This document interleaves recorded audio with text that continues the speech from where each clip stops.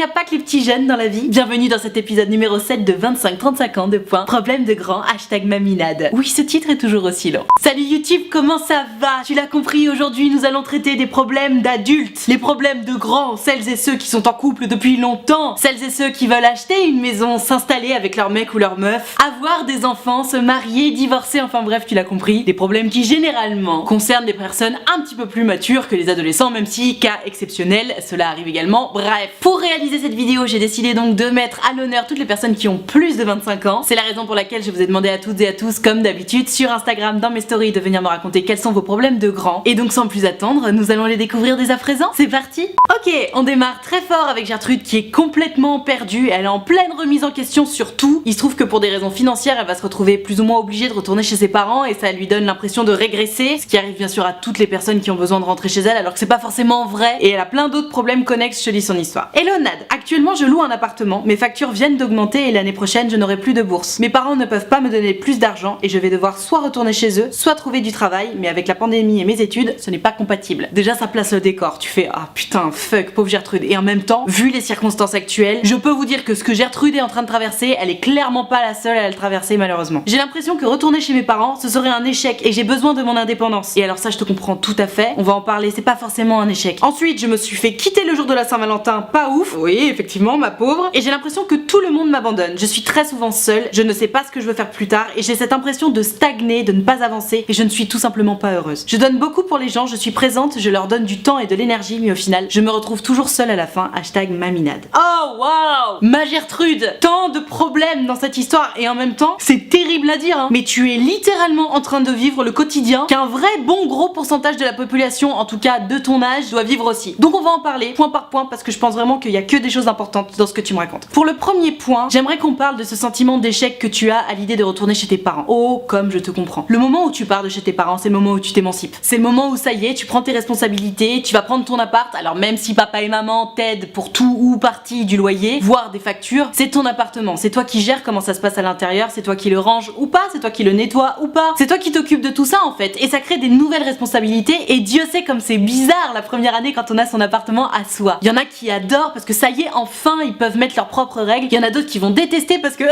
c'était trop bien quand maman elle me préparait à manger. On réagit tous complètement différemment par rapport à ça, toujours est-il que si quelques années plus tard pour X ou Y raison il faut rentrer chez papa et maman, il faut quitter cet appartement et il faut quitter cette indépendance, on a tous et toutes à 100% cette espèce d'impression d'échec et de régression. Pourquoi? C'est ultra logique en fait, à partir du moment où justement t'as level up, que t'as eu ton appartement, que t'as mis tes règles, que t'as pris ces responsabilités là, évidemment si tu retournes chez papa et maman, oui ça fait bizarre. Socialement parlant ça fait bizarre, dans ta tête ça fait bizarre, dans ta vie ça fait bizarre, t'as plus ton intimité, il devient évidemment beaucoup plus compliqué d'inviter qui tu veux chez toi, et je te parle même pas de ta vie sexuelle, enfin bref. Donc ma Gertrude, c'est tout à fait normal que t'aies ce sentiment de régression. Mais attention, c'est pas parce que t'es dans une phase où oui t'es obligé de retourner chez papa et maman que c'est un échec. C'est là que je suis pas d'accord avec toi. Oui c'est une régression, on va pas se mentir, il y a un moment, oui ça fait chier de retourner chez papa et maman, mais vois les bons côtés ma Gertrude. Déjà tu vas save money, tu vas passer un peu plus de temps avec tes parents, après tout pourquoi pas. Et surtout, troisième point le plus important, ce n'est pas un échec, c'est juste une période. Tu sais, il y a des moments où on a besoin de faire un petit pas en arrière ou deux ou trois pour justement prendre un peu plus d'élan. Pars du principe que c'est littéralement ce que t'es en train de vivre. C'est pas comme si t'avais loupé toutes tes années à la fac, que t'étais pas capable de gérer ton budget, que t'étais pas capable de gérer ton argent et que du coup t'étais obligé de rentrer chez papa et maman. On est très très loin de là. Tu m'expliques que c'est parce que tu continues tes études et parce que les factures ont augmenté et parce que c'est la pandémie que tu peux pas trouver de boulot et donc que ce n'est même pas faute d'avoir essayé d'en trouver que tu dois retourner chez papa et maman. Rappelons-nous tous et toutes que la situation actuelle n'est pas normale. Vivre une pandémie mondiale pendant laquelle on n'a pas le droit de sortir après 18h, pendant laquelle on peut plus dire bonjour aux gens, pendant laquelle on peut plus enlacer ni embrasser les gens, pendant laquelle tous les restaurants et bars et lieux de culture et de fêtes sont fermés, ce n'est pas une période normale. Et comme c'est pas normal, et ben il y a plein de choses pas normales qui arrivent aussi, d'où le fait que beaucoup de personnes comme toi, ma Gertrude, se retrouvent obligées de retourner chez papa et maman. Oublie ton idée d'échec. Oui, la situation sanitaire est pénible, la saison est pénible, les jours sont courts, il fait froid, on a passé Noël et le jour de l'an, donc autant te dire que l'hiver, ça y est, on en a tous ras la casquette, on rêve tous de soleil, de Guadeloupe, de Réunion et de tout ce que tu veux. Donc par rapport à cette idée d'échec, ma Gertrude, non. Si t'arrêtais tes études, que tu décidais de glander dans ton canapé à longueur de journée, je te dirais oh ouais putain j'avoue là, ma vieille, tu t'étais lancée dans des études, t'avais un boulot, tu gagnais des sous, tu gérais ton truc et puis maintenant t'arrêtes tout et puis tu vas glander chez papa et maman. Ouais effectivement c'est pas ouf, mais c'est pas du tout le cas en fait. Tu n'abandonnes absolument rien, t'es juste obligé de retourner chez papa et maman parce que t'as pas le choix. Et si t'as t'as pas le choix, c'est pas un échec. Tu me dis d'ailleurs au passage que t'as besoin de ton indépendance, au-delà de ce sentiment d'échec là. Oui, je comprends, mais c'est pas parce que tu retournes chez tes parents que tu vas pas pouvoir avoir ton indépendance. Tes parents, il faut qu'ils comprennent que tu seras pas là matin, midi et soir pour manger à table avec eux, que tu es capable de te faire à manger, que peut-être aussi tu seras capable de participer aux courses un petit peu, et qu'ils te laissent simplement l'espace pour ta liberté, tu vois, c'est tout à fait normal. Et en principe, si tes parents sont pas trop envahissants, ils peuvent comprendre ça. Deuxième point pour cette histoire selon laquelle tu t'es fait quitter le jour de la Saint-Valentin, à savoir hier, puisque je suis en train de tourner cette vidéo, on est le 15 février, il faut vraiment qu'on arrête tous et toutes avec cette notion de Saint-Valentin. Combien de messages j'ai reçus hier en me disant ah Nad, encore une Saint-Valentin seule, ou alors c'est ma première Saint-Valentin après que je me sois fait quitter, ou alors c'est le grand jour, aujourd'hui c'est la Saint-Valentin, je dois annoncer mes sentiments à la personne, ou alors putain c'est la Saint-Valentin, j'ai pas offert de cadeau à mon mec ou ma meuf ne m'a pas offert de cadeau. Hé, qu'est-ce qu'on s'en branle de la Saint-Valentin? C'est juste un jour où les gens qui ont envie de gagner de l'argent, à savoir les magasins, se sont dit ok celui-là ce sera le jour de l'amour, comme ça on va récupérer des thunes, nous les fleuristes et nous les gens qui faisons des petits cadeaux pour les amoureux. Grand bien leur face en soi, et grand bien nous fasse si on aime recevoir des cadeaux. Mais les gars, on s'en fout de la Saint-Valentin, c'est comme Noël, y a pas que le jour de Noël et que le jour de ton anniversaire que t'as le droit de recevoir des cadeaux. Là c'est pareil. Oui, la Saint-Valentin est une bonne excuse pour se rappeler qu'on s'aime, pour se faire des petits cadeaux et pour passer des moments de qualité ensemble, mais c'est pas non plus une exclusivité. Donc oui, ok, tu t'es fait larguer, ça c'est chiant, le fait que ce soit le jour de la Saint-Valentin, on s'en bat les reins, en plus ça rime. Alors je suis d'accord, le combo je retourne chez papa et maman et en plus je viens de me faire larguer, ça fait chier. Mais ma Gertrude, vois le bon côté des choses. You are in a fresh start, comme disent les Américains. Un nouveau départ. Plus de mecs, plus d'appart, c'est une très belle occasion pour faire table rase du passé et pour commencer à réfléchir à où tu vas prendre ton prochain appartement une fois que toute cette situation pourrie sera terminée et quelles sont les valeurs que tu rechercheras vraiment chez un homme et les petits défauts que tu ne voudras surtout pas dans ta vie. Tu vois, il faut toujours voir le verre à moitié plein parce que de toute façon là t'as pas le choix. En tout cas pour cette histoire de rupture, j'ai fait beaucoup de vidéos qui parlent de comment oublier son ex, comment se remettre d'une rupture, etc. Donc si tu sens que tu en as besoin, je t'invite à aller les voir, elles sont toujours en ligne. Troisième point, tu m'expliques que tu ne sais pas ce que tu veux faire plus tard, que tu as l'impression de stagner et d'être extra seul, etc. Alors le fait d'extra seul, ce sera le quatrième point de cette question qui risque d'être très très longue. Avec un peu de peau, on pourra en faire une autre pendant cette vidéo. Il y a quelque chose dont tu te rends pas compte, ma Gertrude, et c'est là que je me rends compte que t'as complètement la tête dans le guidon. Tu m'expliques que parce que t'es à la fac et que tu travailles beaucoup à la fac, tu ne peux pas prendre un boulot, etc. Donc t'es obligé de rentrer chez papa et maman. Mais alors, à quel moment tu m'expliques que tu sais pas ce que tu veux faire plus tard? Tu sais, on ne te demande pas de savoir où tu seras dans 10 ans. Actuellement, t'es à la fac, ça veut dire que t'es en train de poursuivre des études. L'idée des études, c'est d'en apprendre un maximum sur un sujet qui t'intéresse et te passionne potentiellement pour justement orienter ton futur métier là-dedans. Mais tu sais, c'est un petit peu comme quand tu cherches un appartement ou une maison. Tu sais que tu vas chercher un boulot, tu sais dans quelle branche tu vas chercher un boulot, mais tu sais jamais exactement sur quel boulot tu vas tomber. Et ben là, c'est exactement ce qui t'arrive. T'es à la fac, t'es en train d'apprendre plein de sujets qui t'intéressent et grâce aux qualifications que tu es en train d'acquérir, tu vas pouvoir trouver un métier dans cette branche-là. Mais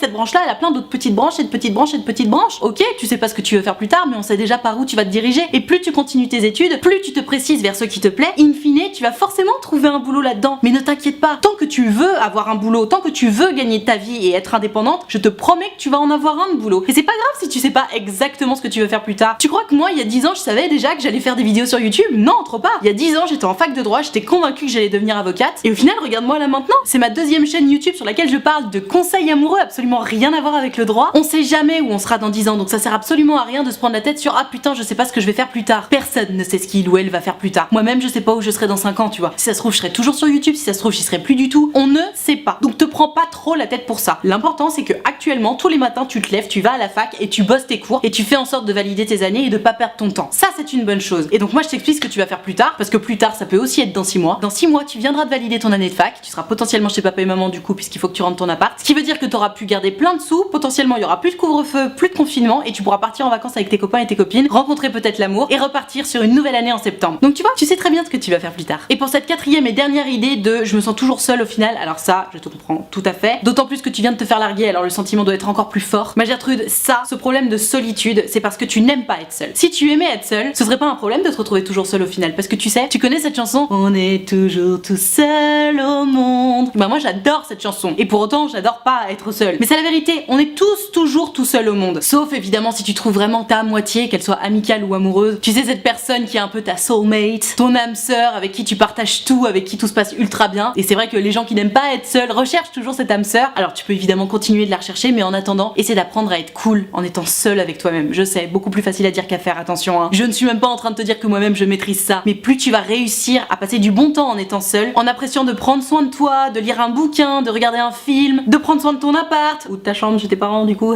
bon ça va, je sais que c'est un peu trop tôt, mais on peut rigoler, d'accord? Plus tu vas apprécier être seule, moins ça va être un fardeau. C'est très bien que tu donnes de toi pour les autres, c'est très bien que tu fasses tout pour qu'ils se sentent pas seuls. Peut-être que d'autres le font pour toi d'ailleurs et tu le vois pas ou t'as l'impression que c'est pas assez, mais dans tous les cas, mieux tu te sentiras quand tu es seule, moins ce sera un fardeau. On va passer à l'histoire suivante, ma Gertrude, parce que j'ai passé beaucoup de temps à y répondre. Dans tous les cas, courage. T'as l'impression que ta vie est une tempête, mais je t'assure que c'est une tempête dans un verre d'eau. Si tu réussissais à dézoomer sur ta situation, tu te rendrais compte qu'au final, c'est pas si grave et que toute a vocation à évoluer et donc à s'arranger. Courage, ma belle. Histoire ultra intéressante de la part de Gertrude. Je pense qu'on peut toutes et tous s'y retrouver. Je te la lis. Hello Nad, merci pour tes vidéos et ta bonne humeur qui me mettent toujours du baume au cœur. Merci à toi, ma Gertrude. Je suis une Gertrude de 28 ans. Je suis avec mon copain rencontré sur Tinder depuis un petit peu plus d'1 an maintenant. Le confinement a propulsé notre couple et nous vivons ensemble. Ah, trop bien! Il est parfait, il est adorable, il est câlin, mais je suis terrifiée à l'idée qu'il me quitte. Ça me bouffe. Bah tiens, t'as un petit point commun avec la Gertrude précédente alors. Tu n'aimes pas la solitude, tu as peur de l'abandon. J'ai notamment cette peur parce que mon ex avec qui j'ai été pendant 5 ans m'a quitté du jour au lendemain en me disant qu'il ne m'avait jamais aimé. Quel gros con, mon dieu, mais quel gros con. Oh, t'inquiète pas, alors lui, le karma va s'occuper de lui, je te le promets. Mon copain actuel a beaucoup d'amis,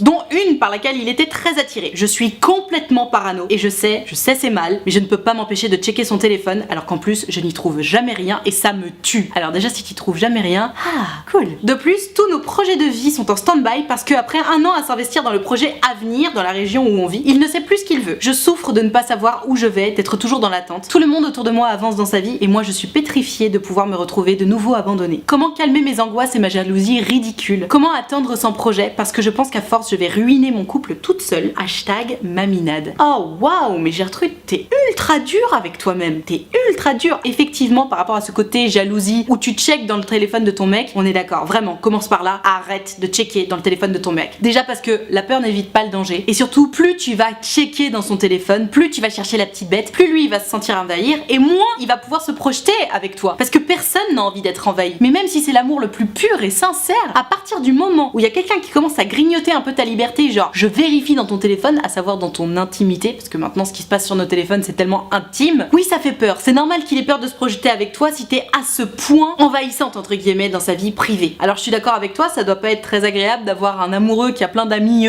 dont une par laquelle il était particulièrement attiré, etc. Moi ce que je vois, ma Gertrude, dans ce que tu me racontes, c'est que t'es très dur avec toi-même. Tu me parles de jalousie ridicule, tu me dis que tu as peur de ruiner ton couple. Alors déjà, ta jalousie n'est pas ridicule. Et tu ne vas pas ruiner ton couple, tu vas ruiner votre couple. À partir du moment où tu réussiras à dire oui je suis jalouse, c'est vrai je ne devrais peut-être pas l'être, notamment parce que tu ne m'envoies aucun signal qui justifie ma jalousie, mais dans tous les cas c'est ce que je ressens. Si tu apprenais à être plus douce avec toi-même, notamment sur cette jalousie, parce que de toute façon que tu le veuilles ou non tu la ressens cette jalousie, si tu apprenais à l'assumer, à l'expliquer avec des mots beaucoup plus doux pour toi-même et pour l'autre, pour justement pouvoir en parler et pour pouvoir l'apaiser cette jalousie, je peux te dire qu'elle serait beaucoup moins destructrice. En fait ce qui t'arrive ma Gertrude c'est que tu es en situation d'insécurité. Ça fait 1 an que t'es avec ton mec, ok très bien, ça a propulsé ton couple toute cette histoire de confinement, donc vraiment mes grands bien vous fassent, et malgré ça tu es dans l'insécurité. Tu es dans l'insécurité par rapport à cette fameuse fille, par rapport aux amies, et puis surtout tu es dans l'insécurité parce que tu as peur que ton mec te quitte. Pourquoi? Parce que tu as vécu cette situation là avant. Ma Gertrude, comme je le dis toujours, je fais toujours cette comparaison, ce n'est pas parce que le dernier bouquin que tu as lu t'a déçu que le prochain que tu vas lire te décevra. Ce sont 2 histoires différentes, ça n'a absolument rien à voir. Ton ex là avec qui t'es resté 5 ans, effectivement c'est un gros con. Il a le droit de te quitter évidemment, même du jour au lendemain après 5 ans. Oui il a le droit de te quitter. En revanche, partir en te disant de toute façon je t'ai jamais aimé, déjà c'est pas vrai, parce que tu restes pas 5 ans avec quelqu'un sans l'aimer. Donc juste ferme ta gueule espèce de gros connard de merde. Et ensuite c'est tellement méchant et c'est tellement humiliant. Ce mec là, je sais pas ce que tu lui as fait, mais il a voulu te faire du mal en partant. Donc ma Gertrude, part vraiment de ce principe là, ce n'est pas parce que cet Alfred t'a fait autant de mal que ton Alphonse te fera du mal aussi. Mais quoi qu'il en soit, cette insécurité affective dans laquelle tu te trouves actuellement, elle a besoin vraiment très fort d'être apaisée. Et la seule façon pour toi d'être apaisée par rapport à ça, ça va être dans un premier temps d'en parler avec ton mec. C'est exactement ce que je te disais. Oui t'es jalouse, oui t'as honte d'être jalouse, oui t'as peur de cette jalousie qui, tu le dis toi-même, toi-même risque d'être destructrice pour vous, alors parle-en. Parle-en, crève l'abcès. Dis-lui à ton mec, je suis désolée d'être comme ça, j'en ai marre d'être comme ça et j'ai envie d'évoluer. J'ai envie que tu m'aides. Et voilà comment il faut faire pour m'aider. Est-ce que pour t'aider, tu as besoin d'être rassuré? Est-ce que pour t'aider, tu as besoin qu'ils te disent, allez ma chérie, à partir d'aujourd'hui, je vais t'aider, on va traverser ça ensemble. De quoi t'as besoin? Réfléchis, pose-toi les bonnes questions. Qu'est-ce qui va te permettre d'être plus apaisée, Gertrude? Et à partir de ce moment-là, quand tu auras trouvé les réponses à ça, tu pourras en parler avec ton mec en lui disant gentiment, alors voilà, j'ai réfléchi à cette jalousie, j'ai envie de m'en débarrasser et mon chéri, je me suis rendu compte que si on réussit à avoir tel genre de conversation, ou alors si tu réussis à m'apaiser dans ces moments-là, ou si on réussit à adopter tel ou tel comportement à tel moment, et ben ça va m'apaiser, viens on essaye. Si ton mec il est sincère et amoureux, t'inquiète pas qu'il va vouloir essayer avec toi, parce que lui aussi en principe il a envie de ça. Tu m'as parlé aussi du fait que tout à coup il sait plus trop où il veut aller, etc. par rapport à l'engagement. Alors j'ai pas compris. Est-ce que c'est juste un problème de situation géographique ou est-ce que c'est un problème d'engagement tout court? Alors si le problème c'est juste une situation géographique,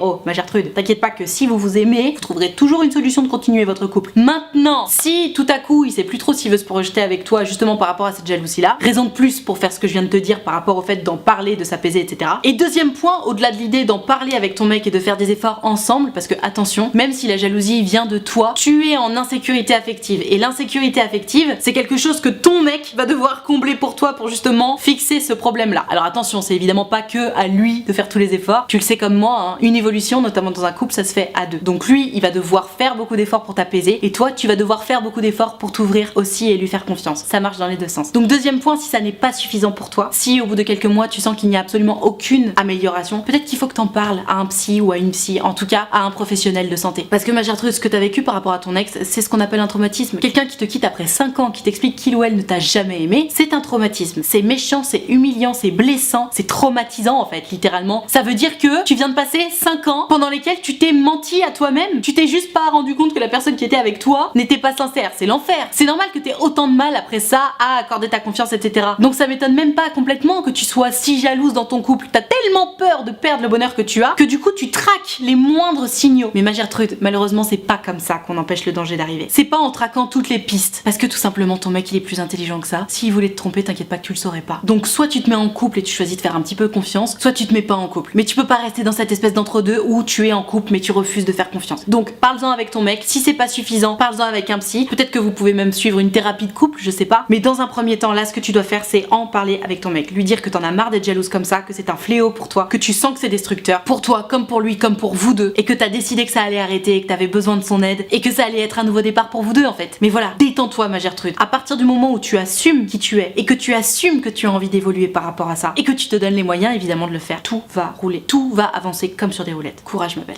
Tu veux entendre un problème de couple qui est ensemble depuis 10 ans? Je te lis l'histoire. Elona, j'espère que tu vas bien. Ça va très bien, merci. Je t'écris pour la première fois et par désarroi. J'ai 28 ans et avec Alphonse, on est en couple depuis 10 ans. Waouh, 10 ans. On vit ensemble et tout allait plutôt bien, si ce n'est qu'avec le temps, je le concède, je l'ai un petit peu laissé de côté. Je n'ai pas entretenu la flamme et j'ai clairement pris ma relation pour acquise. Nous avons des projets de vie tels que l'achat d'une maison et le mariage, mais depuis quelques jours, ça me semble bien loin. Je l'ai surpris à écrire des messages avec un air attendri et j'ai finalement pu lui faire avouer qu'il me trompait par message avec une autre fille. Ah waouh. Il lui envoyait des sextos et autres messages mignons entre autres. Il m'a alors annoncé qu'il pensait être polyamoureux et qu'il a besoin de retrouver la flamme de la passion que nous avions au début de notre relation. Il m'aime et moi aussi, il ne veut pas me quitter et moi non plus. Je ne sais plus quoi faire.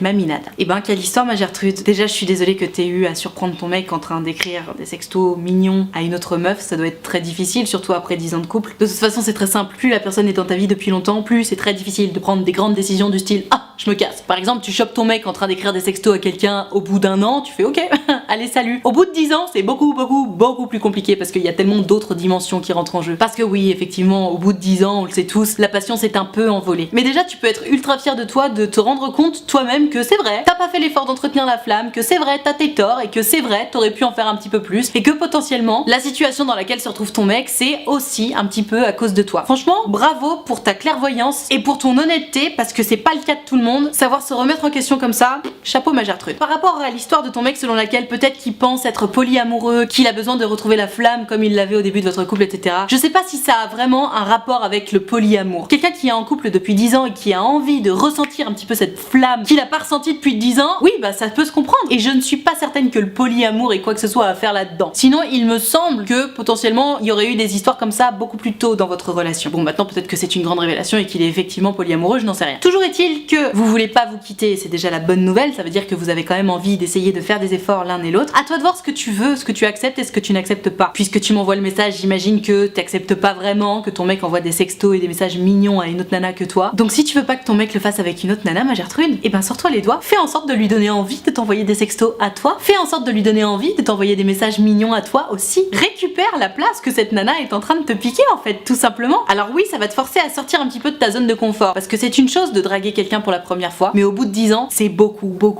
plus difficile. D'ailleurs, je sais même pas de quoi je parle parce que j'ai jamais été en couple depuis 10 ans. Mais ce qui est certain, c'est que quelqu'un qui te connaît par cœur, qui connaît tes habitudes, qui connaît tes goûts, etc., c'est très difficile de surprendre cette personne. Et encore plus au bout de 10 ans. Donc oui, ça va être difficile, il va falloir que tu te remues un petit peu les méninges, ma Gertrude, mais tu es capable de surprendre ton mec. Tu es capable de lui proposer des surprises, de tenter des nouveaux trucs au lit, de lui envoyer des messages un peu coquins de façon inattendue, de l'attendre à la maison avec des sous-vêtements sexy ou de lui proposer un rendez-vous sexy ou que sais-je. Tu es capable de trouver des nouvelles idées pour mettre un peu de piment dans ton couple. C'est juste que, effectivement, au bout de 10 ans, on se dit ah putain, mais l'autre c'est très bien que c'est pas dans mes habitudes ou que c'est plus dans mes habitudes. Et puis l'autre, je le connais très bien, je sais très bien ce qu'il va penser, je sais très bien quel jugement il va porter là-dessus, etc. L'idée, c'est vraiment de faire comme si tu ne savais pas du tout ce qui allait se passer dans sa tête, tu ne savais pas du tout quel jugement il allait porter sur la spontanéité du moment, juste que tu tentes des choses en fait pour lui montrer que il est important pour toi. Tu te rends compte que bah ouais, ça fait un petit moment que t'as pas fait des choses comme ça et que t'aurais dû le faire et que t'as envie de réessayer de faire des choses comme ça. C'est toujours la première fois la plus dure parce que je te dis, tu te confrontes un petit peu au jugement de l'autre qui est en mode ah bah ça y est, il est pas trop tôt. Alors oui, c'est un peu délicat, en espérant que ton homme soit suffisamment cool pour pas dire des trucs style ah bah c'est pas trop tôt et que vous en profitiez en fait. Mais je pense que là il s'agit simplement de te sortir les doigts, ma Gertrude, et de montrer à ton mec que oui, au bout de 10 ans, la passion est toujours présente, ou en tout cas qu'elle peut renaître et refaire surface, et de lui donner envie même à lui aussi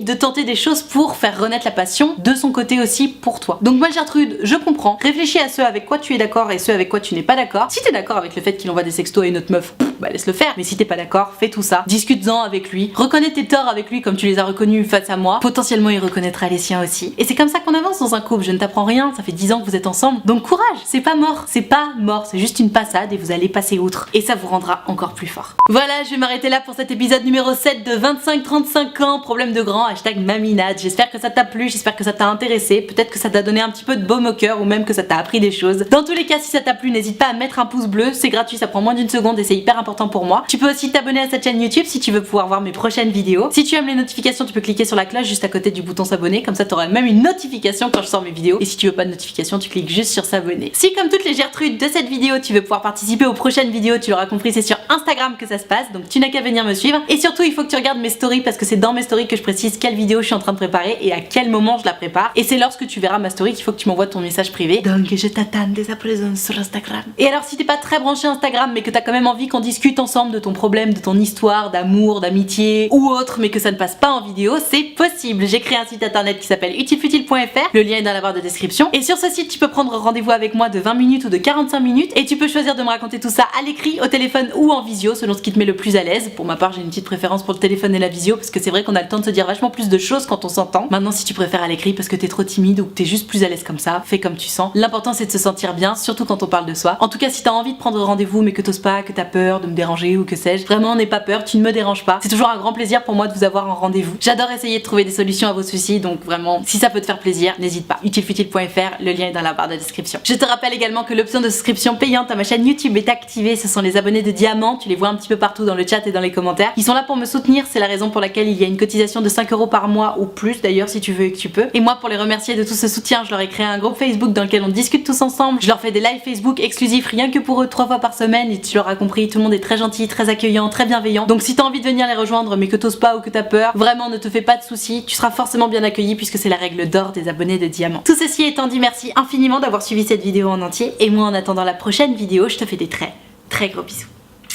Ciao.